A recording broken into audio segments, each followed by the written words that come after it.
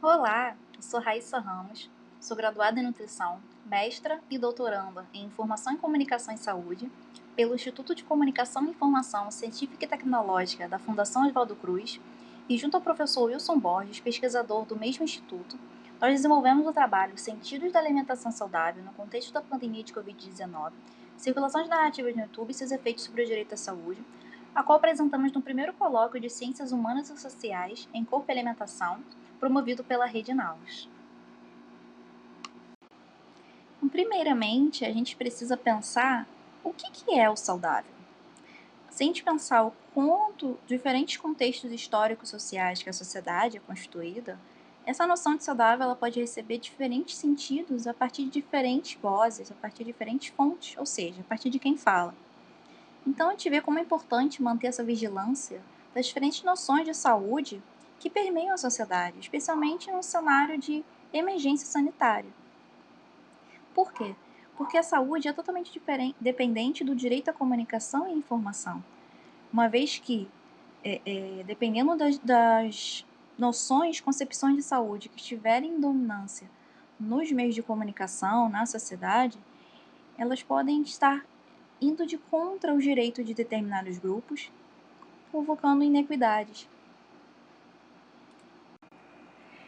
E esse trabalho apresentado nesse colóquio, ele é derivado da minha dissertação de mestrado, defendida em 2021, e intitulada Alimentação Saudável em Tempos de Covid-19, Circularidade e Sentidos em Contexto de Pandemia, a qual eu analiso como foi, quais os sentidos estavam ali predominantes nesse contexto e como isso pode afetar o direito à saúde. A partir desse QR Code é possível acessar esse trabalho e ele contou com financiamento, apoio de ajuda de custo da CAPES.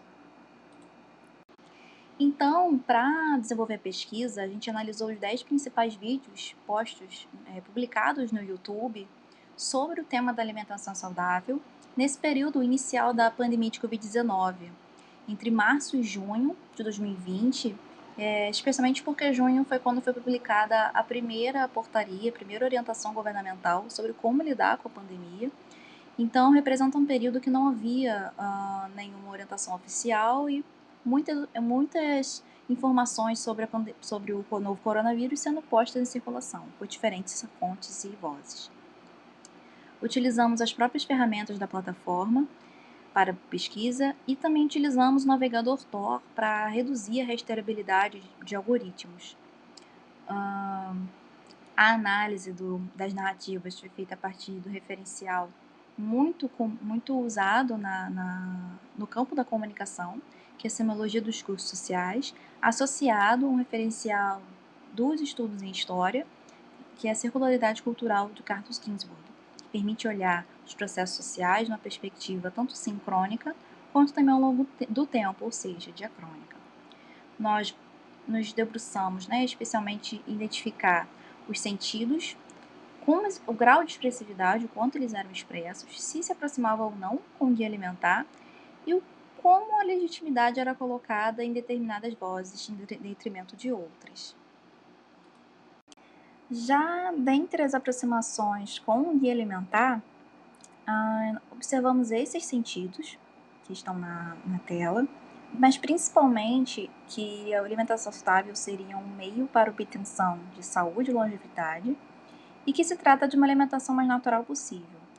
Porém, diferentemente do guia alimentar, essa alimentação natural, mais natural possível, no nosso universo de pesquisa, ela estava atrelada a uma noção de alimentação de custo elevado.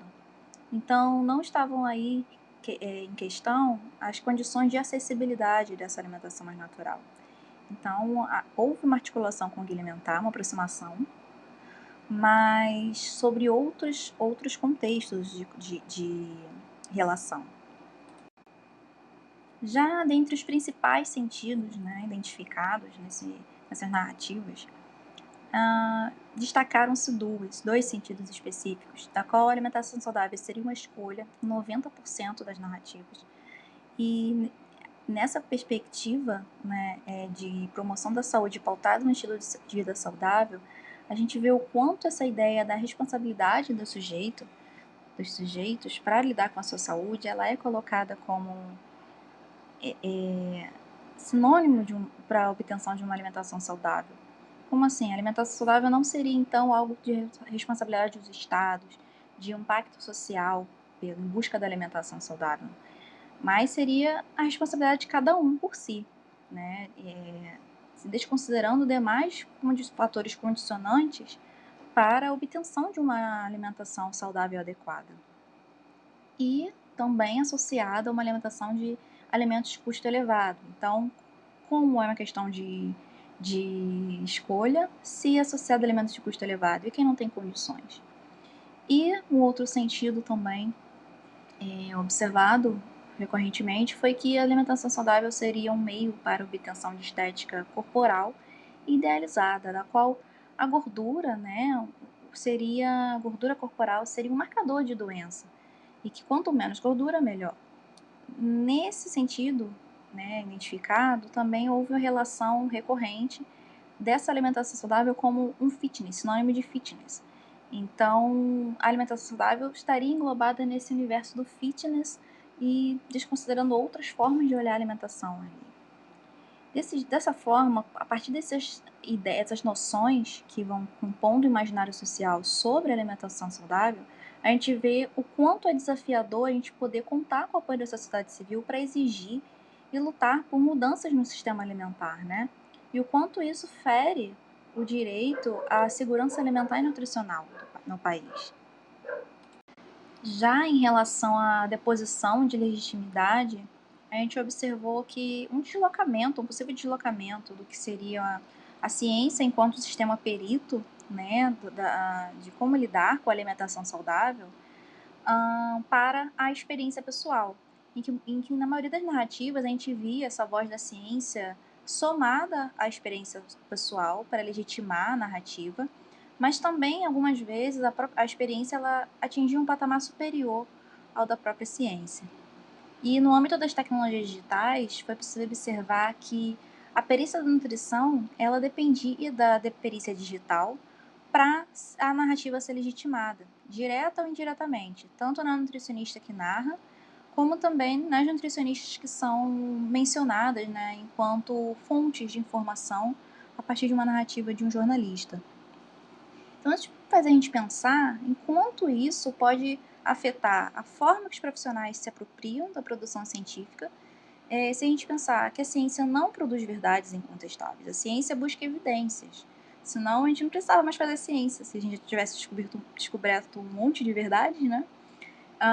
E também a velocidade do poder científico, quanto ela é diferente da mídia, da velocidade da mídia, quanto isso afeta a como a informação vai ser veiculada, especialmente para profissionais de saúde, e também como isso afeta as lógicas de mercado e a atuação profissional, a relação desses sujeitos com profissionais de saúde, né? Como essa perícia digital, essa necessidade de perícia digital para se colocar no mercado aí da saúde, né, de profissionais de saúde em competição no sistema privado, o quanto essa necessidade de perícia digital pode afetar essas relações. Assim, a gente pode pensar o quanto é importante refletir sobre a perspectiva da comunicação em saúde nas discussões em saúde pública, né? Ainda mais num cenário que a gente estava cercado de notícia fraudulenta, boatos, afirmações negacionistas sobre a Covid-19 e cenários que podem se repetir e nos permeiam a perder a sociedade a todo tempo, né? Especialmente relacionada ao corpo e alimentação. Então a gente pensa o quanto pensar em comunicação e saúde é fundamental, já que a garantia da segurança alimentar depende do exercício do direito da comunicação e da informação em saúde. E que considere as demais realidades brasileiras e escute as pessoas e contextos.